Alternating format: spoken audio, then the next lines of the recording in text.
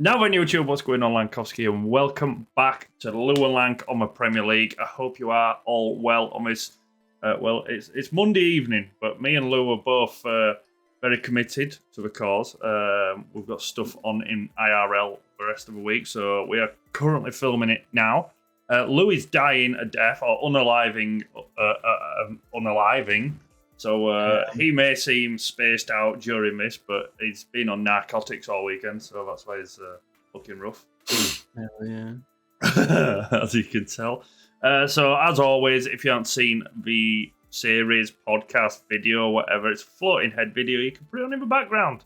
Go do other things, but make sure you watch it all. And you like and subscribe.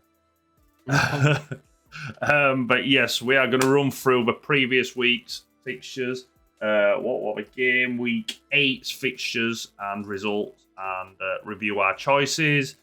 We are not going into game week 9's fixtures because there is a stupid international break that no one cares about. So that video, So that video will be going up separately next week, and then I'll have my little Lank on leads, and then if Lew feels brave enough, he may test the waters on Borough. But without further ado, we'll jump straight into the fixtures for game week 8. First game I have up is Luton at home to Spurs. Yeah, I think it's just same old. Luton are still shockingly bad and somehow managed to lose to Spurs with 10 men. Yeah, but oh my god, those stats in first half. Wow, we were. Yeah, that did not look great. It wasn't pretty.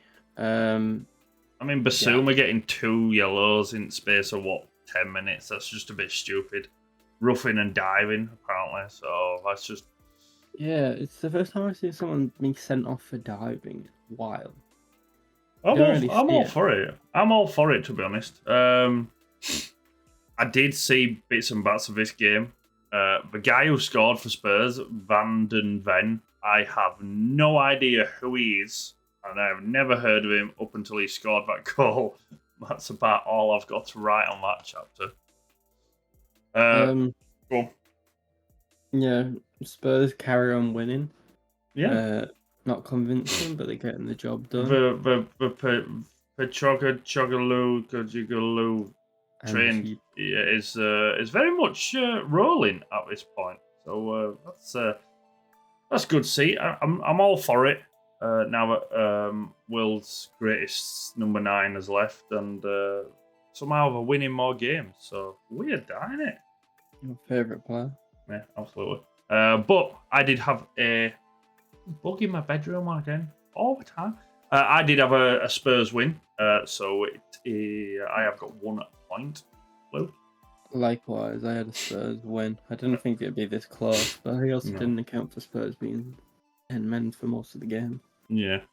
This week's prize is 1 point after last week's what were it? Quadruple rollover. Currently 6-1, is it? That it is. Yeah. So Lew's got some fighting back to do. Moving on to game 2, which was Burnley at home to Chelsea. And look at you go, Lew. I said Chelsea were turning the corner, and they went 1-0 behind, and you thought... yeah, and they equalised with an own goal. Yeah, I saw a lot of people taking the piss, and then... Yeah, the Chelsea just kind of turned it on in style. Your striker even got a goal. How good is that? Jackson came on off the bench and scored. Sterling got a few assists and scored. Cole Palmer scored. Yeah, Cole Palmer got man at match by the look of it from here. Yeah, Caicedo was good. They were all solid. Still don't understand the pundits after the game. Gary Neville said that Chelsea need another centre-back if they want a challenge for the league. And I'm like, they've got about 7. Team. Yeah, pretty much. Jamie Carragher said they need a keeper, a centre-back, a midfielder and a striker. To be honest, I'd go with keeper. Is Sanchez your number 1? Yeah. I mean, he's been alright. I mean, Chelsea got, the 3rd best defence in the league? Yeah, the 3rd best. Yeah, I mean, he's not really what you call a household name, but I suppose that don't really matter these days, does it? As long as he does the job. It's been solid. Yeah, Burnley they often they put up, but they didn't really put up much of a fight, and I think Chelsea just kind of dominated them in the end. They probably should have had more. They had the chances. Yeah, there wasn't really much more to add. It was just back to back to wins for the first time in God knows how long. I had a Chelsea win, so that's yet another point for myself. Likewise, a Chelsea win. Oh, excuse me. Next up is Everton versus the Cherries, or Bournemouth for you uninitiated. Who the funk this coming, really? I had a draw, so I'm out of this straight away. Everton 3-0.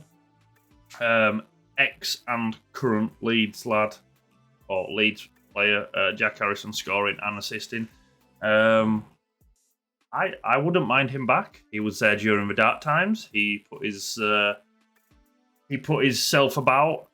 Didn't really like how he exited the club, but wasn't really a fuss around him. So, yeah, that's my 2 cents on Jack Harrison. I think Sean Dyche is starting to slowly get his message across, and Everton is starting to pick up points, pick up goals. I did have an Everton win, by the way, so that's 3 for 2. Yeah. Yeah. Bournemouth, I said, they are just dire, and you'll be hard pressed to find a team worse than them at the moment. But I think they're very fortunate in the fact that there might actually be genuinely 3 worse teams this year, and that might be the only reason they still. Yeah, absolutely. I mean, like I say every single week, Sinistera, Tyler Adams, and Max Aarons. We'll see you next year. Fucking snakes. Yeah, I feel like this is one of those games where you look at it and you're like, yeah, it could be a bore draw, or it could, go how it has. I can see why it's gone like it is. Bournemouth are just Kieran Dyer. Everton will just do Everton and like cling to Premier League status by the skin of their teeth. Their home form's going to keep them in the league. Yeah, like it always does. I don't know what's happening with this whole takeover surrounding Everton, but apparently Leeds, Leicester, who else went down last season? Leicester, Southampton, and someone else all said if they get taken over, the new owners will be sued for 300 million per club. So that's something interesting for breaching financial fair play during the season where, obviously, last season where we all got relegated. So that'll be interesting to see how that works out. I don't know whether that's in the mind of the new prospective owners, but it is what it is. Lew's 1 up on me. Lew's 3-2 up. Our next game that we had was Fulham and Sheffield United. Right. A bit dire, wasn't it? Yeah, I mean, we both said that this game was going to be shocking, and neither team can really score goals. But when you're playing Sheffield United, anyone can score goals. I mean, they left it late, like. My nan could score goals. Yeah, but, championship mentality. I mean, Sheffield United is just... They just there to make the numbers up. Yeah, what do you say? Like, in the second half, they had no shots at all. They had 43% possession. How can you that were in the first half. Second half, they had 2 shots on goal. Wow. Dizzying heights. The improvement. It must have been a good team, though. Yeah. There's not really a lot to say.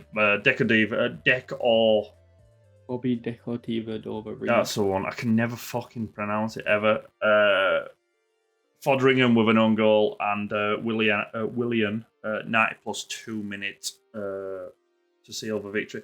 I keep forgetting that Willian's there. Yeah. But, yeah, there's not really a lot to add on this. It was not an exciting game in any way, shape, or form. No one predicted it to be an exciting game. Again, like I keep saying, quite possibly the worst 3 teams to ever come up into the Premier League. And that statement is getting rung true every game week. Still only October, so, I mean, I've got chance to be proven wrong yet. But you know, here's what it is. I did have a Fulham win. I had a draw. I don't know what possessed me to think that Sheffield. I mean, they scored a goal, so I was. Yeah. That was a bad choice on my part. 3-3 then. Going into next game, which is... Oh God, I know what this is. It's the Man United Brentford one. Jesus Christ. Oh God Almighty! When I saw the 1-0 up, I laughing my tits off, and yet again, they got absolutely fucking jammy with 2 goals in the last. Well, 2 goals in injury time in the second. Well, they scored 3, didn't they? Well, yeah, 1 goal. They scored 1 and they got disallowed, and I was like, like they thought they were in it, and then just out of nowhere, Brentford just collapsed. Dude, just two goals in added time. Harry Maguire got an assist. Both of them. Lionel McTominay thought he were playing against Leeds again. I still think the keeper should have saved both of them, but that's by the by. Yeah, Man United were dug out of a hole. Onana made another mistake for the best keeper in the world. Best keeper to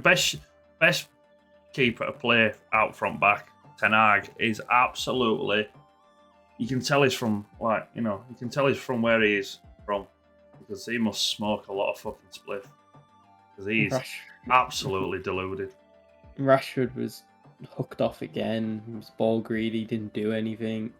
Too busy thinking about all those children. Don't worry about it. Consistently playing Bruno Fernandes out of position to accommodate Mason Mount, who's done absolutely nothing to justify it. Yep. I mean, I hate Scum and I hate Fernandes just for how he is.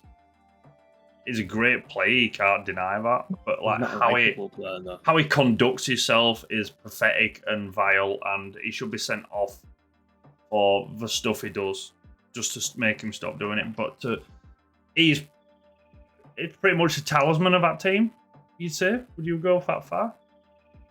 It's probably one of the most creative players on that pitch for them. I'd say it's a standout. I know Rashford's the poster boy, but I'd say Bruno Fernandes.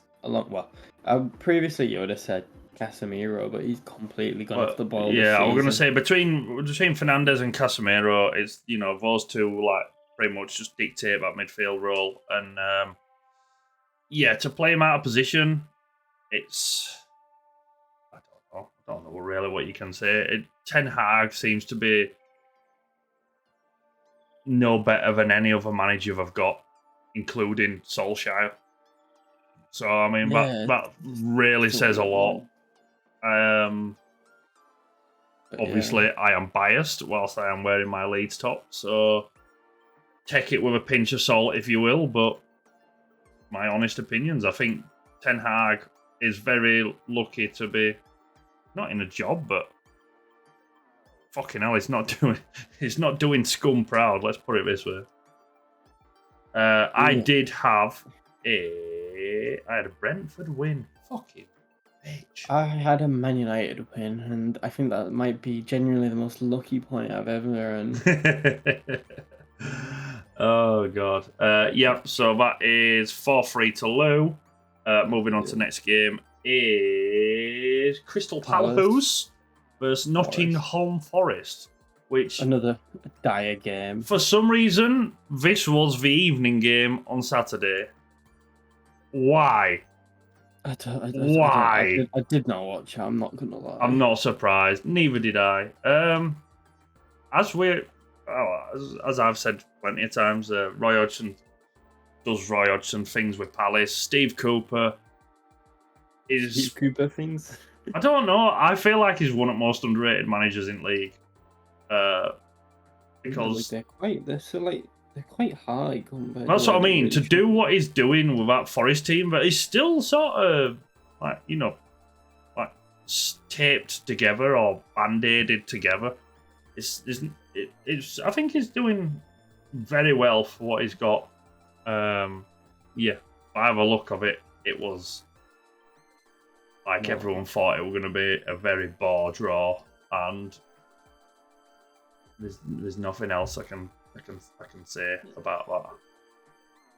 Yeah, both teams get a point. I can't imagine either of them will be I mean, Forest had 16 shots just looking at the stats. So, but yeah, I don't think either team will be upset with just picking up points at this stage. That's it. Pick them up, keep them fucking going, keep a points tally ticking over.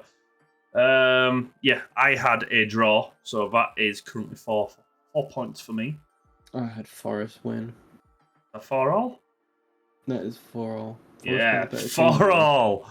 And that, ladies and gentlemen, is where my fucking weekend ended, because Sunday... Oh, it was dire. It was oh my dire. Jesus Christ. How? I'll just be honest with you. I got every single fucking thing wrong. And, like, what a Sunday. Super Sunday to an extent. First up, we had Brighton Liverpool. I don't know whether to feel a bit hard done by here, but it is what it is. I think Brighton was a better team here. I think Liverpool just had that flurry where they had like a solid 20 minutes where they bossed the game and got their goals. But yeah, I think Brighton had chances to win it and they just didn't take them. I mean, it's a very good result for Brighton. A Saying point. that, Liverpool did at the bar. They should have scored there. Yeah, a point for him. Lewis Dunk getting a goal. Still one of the most underrated centre halves in at least English football. At least how no bigger team snapped him up is beyond me. But yes, I had Liverpool win, so that is very much a point thrown away for myself. I also had a Liverpool win. I don't know. I could see Brighton getting something, but I just didn't think it. We'll say though, Salah's like going a bit under the radar with how many goals and assists he's getting this season. Yeah. I mean, it's hitting a purple patch so far this season, isn't he? And he's just doing his thing. He's doing his thing. That's gonna be an extra 50. Oh, sorry. That's going to be an extra 50 mil on his price tag come January when Al Khalid or whatever they're called come in for him. Moving on swiftly, West Ham Newcastle. This was an interesting one. Yeah, I said this could be a rather little spicy game. Straight off the bat, I had a Newcastle win. Should have probably gone on my head and gone draw. But... I had a West Ham win. Oof, that's a bit weird. I will say, Newcastle were very lucky. Bruno Guimaraes or Guimaraes, however you want to say it. He shouldn't have been on the pitch, and he did get it. He didn't get an assist, but he got like a pass before the assist. Like he was the assist before the assist. He got that, but he shouldn't have been on the pitch at 1-0. It was 1-0 West Ham, and he made a tackle where he got a card, and he should have been sent off, but the referee bottled it.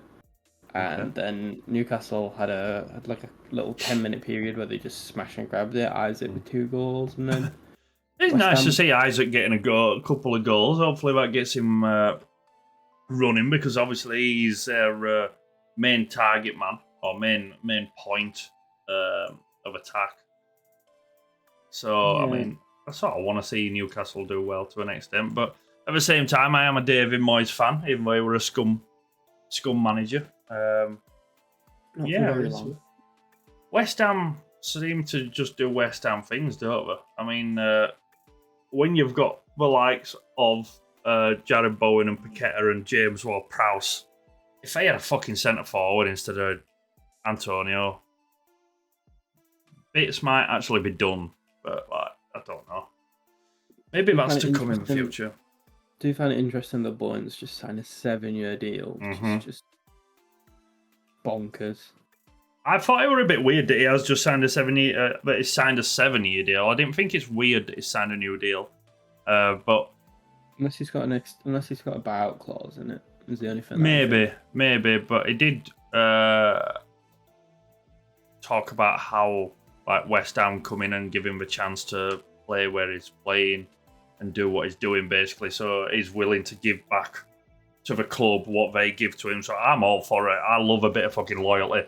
All you dirty little snaky bastards trying to get out of my club. Yeah, I'm all for it. So he can do what he wants. It is a good point you touch on.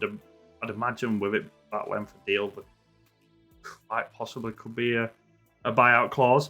I think I said last week that if someone doesn't come in for him in January, or at least next summer, there's something wrong. But this probably will put to an end for January, I think.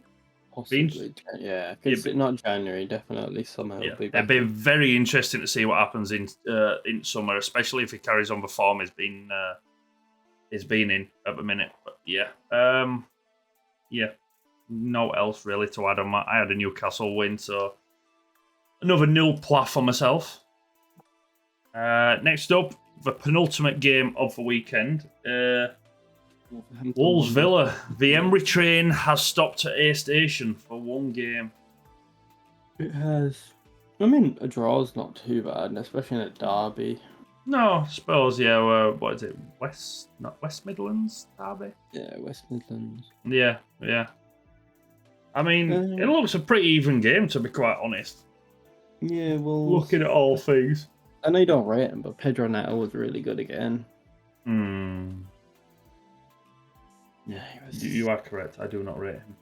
He was good. There was a red card in it. Yeah, well, late on, Lamina got sent off for holding, but it was his second yellow card, so probably just one of those last, or late on, like, tired fucking fouls that he commits, and hey, it's, it is what it is. He gets fucking sent off for it. Yeah, there's not really much to add to this. I had a Villa win. Yeah. Yeah, I had a Villa win as well. Oh my god, could we go 0-8 on Sunday? Yes, we have gone 0-8 on maybe I don't know. Then coming up to the big headline game of Super Sunday, it turned out to be quite possibly one of the drabbest games of a weekend. By gum, Arsenal at home to City, pretty much a title decider. Air quotes everywhere. No. Air quotes everywhere. Yeah, the two of the best in the league at the minute. Yeah, it was a bit. It was not even a bit. It was very lackluster for myself. I didn't really know what else to say. To me, it was a smash and grab. And Arsenal had more chances, but thought neither team really covered themselves in glory or what. Like neither team looked brilliant. Haaland was non-existent. Foden struggled. I thought Arsenal's tackle was blunt. Yeah, looking at the stats, second half, Man City had one goal, one shot, and it wasn't even on target. Like, when have you ever heard of something like that happening with City against? Yeah, it was a weird. It's Arsenal, which is like I'm not knocking on Arsenal, but I'm just like, Man City have they're a phase clan out of football. They're the super team of football. A bit of an ironic analogy right there. Well, they were, yeah. What FaZe Clan used to be when I used to watch CS, if anyone gets that quote. But yeah, I'm going to admit I was very much looking forward to this game, and I was very, very disappointed. A bit like, I suppose it could go down to a bit like the Arsenal scum last month that were absolutely appalling up until like last 10 minutes or something like that. And then everything happened. But yeah, this game was great. Kovacic probably should have been sent off. Yeah, I do agree with that. Well, I think the first one was a red, but the second one was definitely a yellow. Yeah. Yeah, the way they're going on about Arsenal now, favourites, it's just ridiculous. No, it's bullshit. It's absolutely stupid. It was a smash and grab. It was a deflected goal. I don't even know if you can even give it to him as a goal. To me, it was Kai Havertz. Well, we got an assist. He didn't do anything. He literally laid it off and he shot from the edge of the box and it smacked him in the face and wrong-footed the keeper. Like, it wasn't. Yeah, it was just one of them where it's like hit and hope. If you don't shoot, you don't score. Exactly. If you don't buy a ticket, you can't win the raffle. I had a City win. I had a City win, although I did say that I thought it would be a draw, but I just went for City. It wasn't either, so... So, there we go. 0-8 on the Sunday, and 4 all overall? Yes. That's quite bad. That's 40%. Yeah, so... there is going to be a rollover next week when we do our when we do our picks. I'll currently run through the table right quick. Sitting top of a pile is Spurs. Who would have thought that? Yeah, followed by Arsenal in second, City in third, Liverpool fourth, Villa fifth, Brighton sixth, and West Ham seventh. Very closely followed by Newcastle. Down the bottom, we have Everton 16th, 17th is Luton, Burnley 18th, 19th is Bournemouth, and Sheffield United still last with 1 point, 6 goals, 4 and 22 against. I stand by what I said. Quite possibly the 3 worst teams that have ever been promoted in one go. Bournemouth are just equally as bad, and it's going to be interesting to see who stays up. In there. I know they won, but I'd throw Everton in there as well. Yeah, I mean Brentford are down there on 7 points, which is a bit of a weird one. Again, it is only game week 8, so take everything with a grain of salt. And on that bombshell, that is the roundup of game week 8 and the Premier League. I shall swiftly touch on Leeds United. Lew Lank on Leeds. I'm always going Lew on Leeds. Lew don't want to do Leeds. He's already poorly enough as it is. If he were a Leeds fan, he'd have been very much unalived. Yes, Lank on Leeds. Nice little win against Bristol City, to be honest. 2-1. The game was... I don't know. The game were all right. I feel like the goal that we give away was sloppy. But again, that's nothing new when it comes to us. Obviously, with Bristol City having Naki Wells, I always thought that whole curse of him playing against us was going to come back to haunt us. But luckily enough, we didn't have Calamity Cooper at the back. Strike played well again alongside Roden. So that's a nice nice partnership, hoping to develop there. I would like to see Cresswell more, but I don't know. Signs a new long-term deal and then don't play. Archie Gray at right back. I mean, it worked. It's not where I want him, but it worked. That obviously give a chance for Kamara in the holding midfielder role. And it did pretty well. There were a few little odd passes and stuff like that, but he got himself stuck in. He ran around. He put himself about, which is all Leeds fans want anyway. Just get stuck in and work for the team. Rutter, obviously, with the miss of the season so far, but I know why this is. There's also a striker that has just come back from injury, start training, who plays the violin, and he is French. So he's obviously been telling Rutter what he thinks he should do, because any other day, Rutter would have put that in. If you know who it is, comment down below. You say it like it's a disease spreading. It is. He's gone, you know what you should do? Is either literally teaching him how to be bad because he's bad, or is teaching him to be bad so he can get back in the lineup.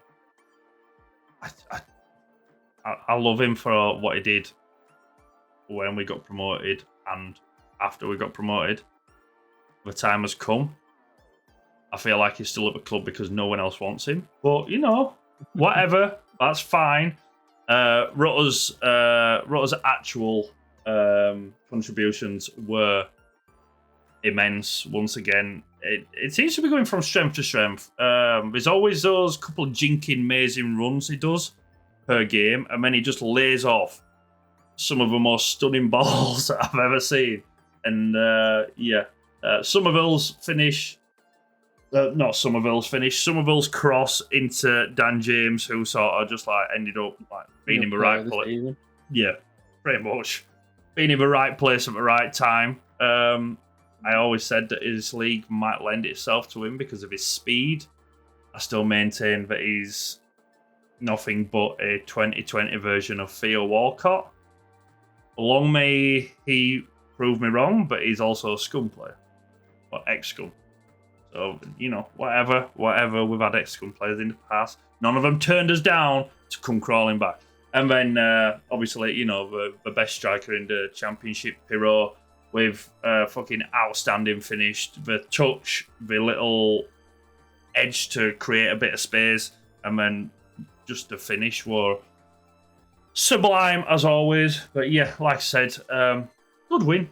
Good win against Bristol City. They're not always the greatest team to play against. Next up, where are we? I believe we have Norwich. Let me just double check that. Yep, Norwich on the 21st, which is a week on Saturday. 3 o'clock kickoff away at Norwich. We currently sit 5th in the championship table. Where are we? 19 points. Wow, Leicester really got 30 points. Holy fucking shitballs. I never realised that. Ipswich are flying as well. Yeah, Ipswich are flying as well. So you got Leicester, Ipswich, Preston, Sunderland, Leeds, Birmingham, all vying for the promotion places. Just followed very closely by 4 teams: Norwich, Cardiff, Hull, and Southampton. Yeah, Daniel Farker is getting his message across, it seems. The team is starting to play as a team, which is nice to see. I was very worried before the international break, and the first international break, and that sort of like helped us to fall into position with Daniel's ways. So all may it continue. All I will say, as always, is let's take it one game at a time. There's like 30 odd games left to play. Let's just take it one game at a time. If it comes to May and we're still up here, then we can start getting ourselves excited, unless we're in playoffs, because we all know what our fucking record's like in the playoffs. So yes, that's Lank On Leeds. Just a quick short roundup. If you have any comments about it, please do leave them below, and I will message you back and we'll have a little chinwag. Lou, do you want to touch on the Borough, or have you not got enough energy for that? I'll touch on them next time when I am a bit more enthusiastic. Okie doke. On that bombshell, ladies and gentlemen, thank you all for watching. I hope you enjoyed. If you did, please drop a like and subscribe. Lou's link is in my description. My little link is in his description. Also in my description should have the rest of the playlist to Lank On Leeds and Lew Lank On the Premier League. So if you want to go watch them back and see our previous predictions, you are more than welcome. This should be coming out probably Wednesday. Yeah, sometime around there. Yeah, probably Wednesday. Until next time, I hope you all enjoy yourselves, and peace out. Adios.